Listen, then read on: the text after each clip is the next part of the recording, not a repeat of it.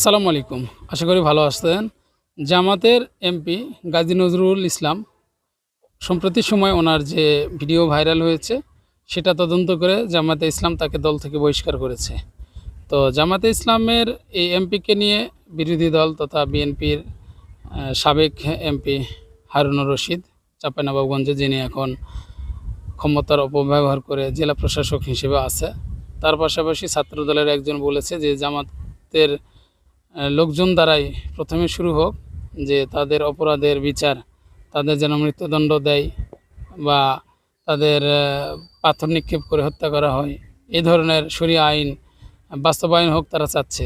ভাই, শুধু তাদের ক্ষেত্রে কেন, এটা আপনাদের সবার ক্ষেত্রে হোক। আপনাদের সরকার তো ক্ষমতায়, আপনারা কতটা এই আইনটা চান আপনার সরকারকে বলেন না। দেখি না আপনাদের ইমান আমল কত শক্তিশালী, নিজের বেলায় 16 আনা, অন্যের বেলায় নাই, তাই তো।